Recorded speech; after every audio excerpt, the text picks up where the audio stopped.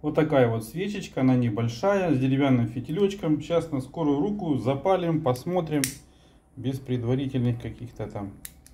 О, пошла гореть, видно? Плохо видно, да? О, вот так лучше видно. Вот она уже пошла гореть и потрескивать. О, видно, да? Не соврал, пыкает. Вот, вот такая свечулька. Небольшая. О, как пошла трещь. Ля, ты что ты пошло тут делать? Ля, видно? Да? Не соврал. Трещит во все стороны. О, прелесть какая. Сам не ожидал, что такое бывает. Шутка, конечно, а именно этого я ожидал. Вот такая вот красота.